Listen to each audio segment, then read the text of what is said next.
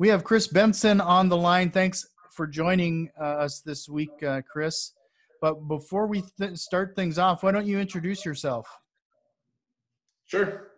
Thanks for having me, Jack. My name is Kris Benson. I'm the Chief Investment Officer of Reliant Real Estate Management. We're a vertically integrated self-storage operator in Roswell, Georgia. So we're just north of Atlanta. We focus on commercial self-storage properties we're buying and managing across the southeastern United States, mostly in secondary and tertiary markets. And really my role in the organization is on the investment committee. We're helping to develop a strategy around what types of properties we're trying to acquire, and then also manage the equity arm of our business. So working with equity investors to raise the equity requirements on our properties that we're purchasing. Sure. Let's start right in with the self-storage, because with everything that's going on right now, the market is a little up in the air. Especially, a lot of our listeners are likely doing real estate investing for the first time, looking at those single-family homes. Talk about how storage units, how they would differ when it comes to that investment strategy. Are you asking how they differ from a single family home standpoint? Yeah, so they have a point of view or perspective. Yeah, for sure. I mean, the big difference with self-storage is it's a real estate play as well as an operational business. So, we have 150 employees and the majority of them are out running the sites. So the operations behind the facility are what really are able to drive the performance of your asset. And so, think about having that internal operational business aside from the real estate play, which is, just like any typical real estate investment where you're trying to get into an asset and, ostensibly grow NOI and create additional value in the property. So I think that's the big difference. You hear a lot of people say, I want to get into self-storage because there's no toilets or electricity and, buy it and leave it. And that certainly is not the case. I think the operational prowess of the management team who's running the facility is ultimately going to be the determining factor on if it's a successful project or not. Right. When I got some information from one of your team members before this interview, the documentation even says that storage units are recession resistant. What does that mean? Well, I mean, I would say that you got to look back at the data to see how storage has performed in previous economic downturns. In 2007, 8, 9, storage did very well. And I think the reason behind that is, the demand for self-storage is driven from change. We talk about the 4 Ds of self-storage demand, right? So those are divorce, dislocation, death, and downsizing. And, typically in an economic correction, you're going to have a little bit of all of those. Certainly with, as we record this, it's middle of July and COVID-19 is running rampant. I mean, I think from our perspective, storage has fared very well thus far because, essentially if people do need to downsize of those types of things, they're still utilizing storage to do it. So the demand we found is pretty inelastic across the country, obviously not just our portfolio. We have 45 properties across the 8 states, so we're rather small in the pantheon of operators. But even at the national level, the REITs are experiencing, the real estate investment trusts, those publicly traded companies that have really large portfolios across the nation are experiencing similar things that we're seeing. Sure. With storage units, do you typically see the similar tax deferments and tax benefits like you would with a single family home or an apartment building? Are you referencing depreciation? Depreciation, and yeah, let's start there. Yeah, certainly. It's treated just like any of the other real estate asset class. You can do a cost segregation study to, bring that depreciation to the front end of your ownership curve. The thing to keep in mind, though, obviously, is there's less things in storage to depreciate than there is in a multifamily home, right? In multifamily, you have plumbing, electricity, and fixtures and doors in each one of those units. And, in self-storage, it's a cement pad and a box, a metal box. So a little bit less to depreciate, so you don't have those huge losses up front, but certainly it's treated just like any other asset class for the purpose of the IRS. Sure. How about when you are looking for like an acquisition target? Like, what do you do? What are the numbers that you run to determine like location and what would be a good and adequate return? Like, how do you determine what to find and what to purchase? Sure. I mean, I think on the acquisition side, it's a pretty in-depth process as far as how we underwrite deals. But what's interesting about self-storage is it's very market specific. So you have to really think about the 1, 3, and 5 mile radius around the facility. That's all that matters. The MSA level data, metropolitan statistical area, that doesn't matter. Think about it this way. If the storage facility is not on the way to work or home, people probably aren't going to use it, right? So you really have to be, we found in stores, typically 70% of your tenants are coming within a 3 mile radius. So you really have to understand that particular market. And it's looking at the same demographics, Jack, that you would in any asset class. So, traffic count, population growth, job growth, income statistics. In storage, we look very heavily at the supply and demand and the competitive market set to understand, where the market is and where we think it may be undersupplied or oversupplied. So we're looking at all of those things to try to tell a story around the market that we're in. But the things that you look at in a single family rental home, good school district, not necessarily relevant for us, but you want to be in a good neighborhood, good job growth, good population growth. We're looking at those same demographic trends. Sure. So that's really interesting, especially regarding the mile radius and what you're looking for. Do you build any of these storage units yourself, or is it mostly just acquisition? Both. We have done ground up development where we're buying a piece of dirt and entitling it and building out. But then majority of what we've done and our sweet spot really is in the value add play, where we're buying a facility and then doing some sort of forced depreciation model on it. And, sometimes that's, building some expansion. So another building in the back, and, we're going to add 15,000 square feet of climate controlled units to it. But ultimately the goal is growing net operating income. And ultimately that's going to push the value of the property up. And so our value add strategies are different for every property. It's wherever we think we can maximize the NOI of the property. So when you say that's another interesting point. So you're trying to do forced depreciation on some of these units. You mentioned climate control and maybe adding additional buildings. Is there anything else you might be looking for that could cause that forced depreciation? Sure. What's interesting with storage as well is it's a very fragmented ownership group. So there's still a lot of, what we would call mom and pop operators. So people who have 1 or 2 facilities. And many times they're not taking advantage of some of the ancillary income items you can create at self-storage. Things like U-Haul truck rentals, tenant insurance programs, retail sales where you're selling locks and box and moving supplies. Many times that can be 10 to 15% of our revenues in our pro formas are coming from those items. And sometimes when you're buying a facility that is undermanaged, they may not be taking advantage of those revenue streams. So that's another way that you can create value in the property and drive NOI just through, a more professional management strategy.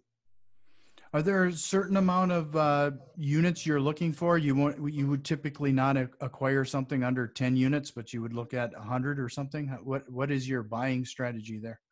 Bigger numbers, but yeah, for us it's square footage. Typically, we're the size of our management platform. It's probably got to be a 50,000 square foot facility or larger. or if it's a smaller facility, let's say 20, 30,000, it's got to have a pretty substantial expansion opportunity. We have a fairly large management platform, and there's overhead costs to that, and those costs get assigned to the property. So it's got to be big enough to support the property management fees that run, Reliant and all of the underlying contributors behind it. Sure. Well, backtracking a little bit, based on just some of the answers you've said so far, it sounds like you rely pretty heavily on a substantial team here. What does it look like when you're managing these units? I don't know. I guess I've never owned these units myself. Do you do showings and other things, or is that just kind of do you leave one unit unlocked and let people show it themselves? I guess how does all that and the management of it look? Yeah, I mean, we do have a pretty substantial team, and that's kind of what makes it go round. On the operations side, typically at every site, there's two people. So a manager, site manager, and assistant manager, and they're running their own little franchise, right? I mean, that's the best way to think about it. And so absolutely pre-COVID, a facility tour was a big part of what we were doing. Post-COVID, we've really relied on our touchless leasing. Essentially you, Jack, can go on our website and, sign a lease and essentially have your keys delivered to your unit. So you don't have to come in the office and talk to us. And that's, as you can imagine, been a huge, the utilization rate on that has been much higher over the last 90 days than it was, previous to that. So, our guys and gals are taught to be salespeople, and trying to understand what the customer's needs are, and then be able to deliver that with the product that we have available. So with that being said, do you pretty much have most of your properties in your backyard, or are you all over the country? As I had mentioned before, southeastern United States is our focus. Primarily, our portfolio is in Florida, Georgia, and the Carolinas. We have a small portfolio in Tennessee and Arkansas, Alabama as well. So, how we look at it, because we're operating it, if we're going to a new state, we have to come in with a little bit of scale. Otherwise, it doesn't really make sense from us, a management efficiency standpoint. Like, if we bought one property in Indiana, that'd be really challenging for us to manage operationally, because we have an operational management team who's managing all the guys and gals at the site level, and it'd be hard to have somebody stuck all by themselves out in the middle of nowhere. Right. So you basically said your team members, especially on site, are kind of running their own franchise. Is that kind of a different way of having these people on your team, or are they actually full-on employees of your? Yeah, I'm using that as an analogy. We're not selling them franchises, but yeah, they are employees of Reliant, Reliant Real Estate Management, and so that's how they're essentially compensated. And we're trying to teach them to run and manage a P&L, a profit and loss statement, just like they would if it was their own business. Sure. So, in the end, like, I know this is a pretty basic question, but, every time I talk to somebody who's doing self-storage, it always sounds really appealing, but mostly for those reasons you mentioned earlier, because you don't have a toilet that's backing up. You don't have some of the tenant issues that a person can have. Are there some additional benefits that are just not on my radar? I mean, those things are true. But anytime you have, if you have a facility with 1,000 units, that's 1,000 customers that something can go wrong. They drive through the gate and destroy the gate, or they have, insects in their unit, or, somebody broke into their unit. So, I mean, there's always people problems that go along with it. So it's by no means a passive investment. I guess, the interesting part, Jack, with storage is it's a 30-day lease. So you have a lot of turnover. Probably 30% of your tenant base turns over monthly. So there's a constant churn of tenant base. And so, you just have to be prepared for that. And the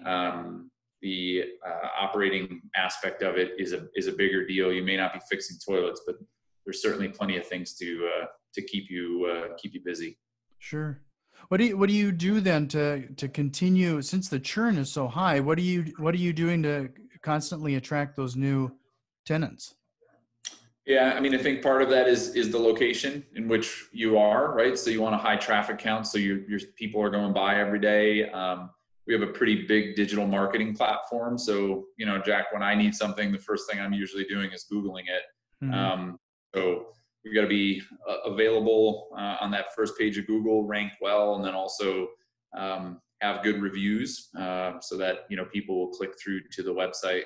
And then, we also have to be really aggressive with pricing and understand what's happening in the competitive market because, prices can change daily. And because it's only a 30-day lease, you're locking tenants in for a very short period of time. So it's a very dynamic process to ensure that you're still an attractive offering in the market when people are out looking for storage. Is a 30-day lease a standard thing in storage across the country, or is that kind of area specific? No, that's pretty standard. Sure. So outside of the marketing then, and people driving by, are there other things that people or residents are looking for in storage units? You already mentioned climate controlled. Now you're getting my mind spinning a little bit because I wouldn't have thought of insects. You probably have to have a pest guy on call. Like what other things are costs associated with owning storage units that people maybe lose or miss on their radar? Yeah, I mean, on the expense line item, you have the typical stuff, right? Property taxes, insurance, utilities, phone, et cetera, pest, landscaping, number of expense items. I don't know if there's anything on there that would be super surprising. Maintenance issues, but that's going to happen in apartments or housing too. I don't know if there's anything on the P&L that would surprise you. I think back to your question around how do you ensure tenants are coming through. It's those things you describe, but then also at our team we do a lot of grassroots marketing. At least pre-COVID we did, where we're trying to be a staple in the community as well. Know who all the movers are, right? Set up programs with those people, and just get an understanding of how we can be a good community member and in the chamber. And usually when you create that awareness in the marketplace, that helps bring you some business as well. Sure. So, we were chatting earlier about attracting these tenants, and you're having them in 30 days. It comes to the question, a popular TV show is that Storage Wars. Sure. So when you're dealing with people who just stop paying their rent and now you've seized all of that stuff, is how realistic is the Storage Wars, and how you dispose of these contents? Or does it happen? Is it pretty common, and is it kind of a hassle? How does that all work? Yeah, what Storage Wars depicts happens, right? Those are storage unit auctions, and they happen every month. And there's companies that run around and manage those storage auctions for you. They are a huge hassle for us. We don't make any money on them. We can charge basically if they sell a unit, we can get our late rent plus fees, and that's it. And then the remaining dollars have to go ostensibly to the tenant. If they can track down the tenant, that's where the monies go to. And each state law is a little bit different. Storage Wars romanticizes a little bit, and the characters there obviously aren't in every community, but that's exactly how it works. You don't pay ostensibly your rent is collateralized with your stuff. So if you don't pay your rent, we're going to sell your stuff, and then hopefully we can. Our bad debt is very low comparatively to other asset classes because if you rent an apartment and then you just leave, skip town, and don't pay your rent, it's really challenging to chase money for you. But if you skip town, don't pay your rent with us, we're going to auction your unit, and theoretically there's enough stuff in there that's going to get us paid something of the monies that we had lost. So yeah, kind of a unique structure versus some other asset classes. Yeah. So I was just kind of wondering if that happened quite a bit, because most of the time people are putting secondary items in a storage unit. They're not touching it every day, and it's almost one step away from being donated, or it's easier to skip town on those type of material items, I would think. You'd be surprised. I can't tell you how many times I've been into a unit and the value of the unit is worth less than 1 month's rent, but they've been paying for years and will continue to pay for years. It's hard for Americans to get rid of things. Yeah, I guess so. So let's talk a little bit about your current investment opportunities. You said you were currently in the middle of raising some capital for your next round of acquisitions, right? Yeah, so Jack, we typically raise capital with accredited investors who are looking for passive income opportunities with a real estate operator. We're in the midst of raising a $50 million equity fund. So think like a mutual fund of self-storage properties. So the last one we did, we raised $47 million and had 11 properties in it. So performance for you as an investor is delivered through the performance of those individual 11 properties. So, helps diversify the risk across multiple properties and multiple markets. And we just launched our second Reliant Self-Storage Fund II at the end of May, and in the midst of raising capital for that. We hope to close on our first property middle of August. And, all of our deals are pretty much the same, kind of that 5 to 7 year hold period. In this particular one, the projected return somewhere in that 12 to 15% a year range. So, for investors who, you got to make the decision if you want to be a direct investor or passive. For many of our investors, they have very busy and demanding day jobs, but they'd like the access to, some alternative investments or non-correlated assets versus the stock market. So real estate plays that role for them. Sure. Well, I don't want to take, like I said, I don't want to take up a ton of your time, but you really gave us some eye-opening information here that I kind of wanted to revisit and summarize. Most people are looking at storage units because of your 4Ds, and it's all driven by change, divorce, dislocation, death, and downsizing. And I think that's important to keep in mind, especially when we're looking at storage units. Keep in mind that 1, 3, and 5 mile radius on the way, and particularly on a way to work and home. People typically aren't going to drive out of their way to get to a storage unit. So keep that in mind. Which also led me to a question. I live in a lakes region. So I've started to see more and more storage units, like small mom and pop ones, popping up along the road to the lake. So I suppose they're big enough to hold boats and the like. So I thought that's been an interesting strategy lately around here.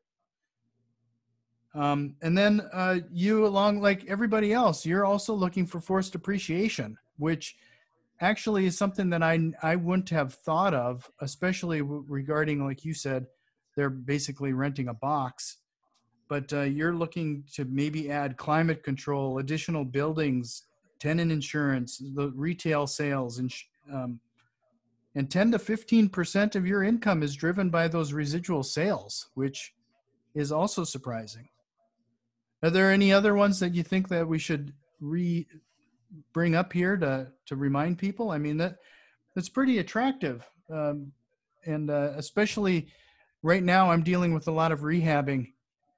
And the more I'm doing this, the more I wish I had storage units. Yeah. No, I think that's a pretty good overview. I mean, it's an interesting asset class. I think the biggest thing is, just understanding what you're getting involved with, that it's an operational business as well as the real estate play. And so that's just got to, make sense for you as an investor that that's what you want to do. And, but, we're not, we don't see the consumer demands or the consumer behaviors changing in the short term where self-storage may become less relevant, at least in the short term. So we think it's a pretty good asset class to be a part of. Yeah.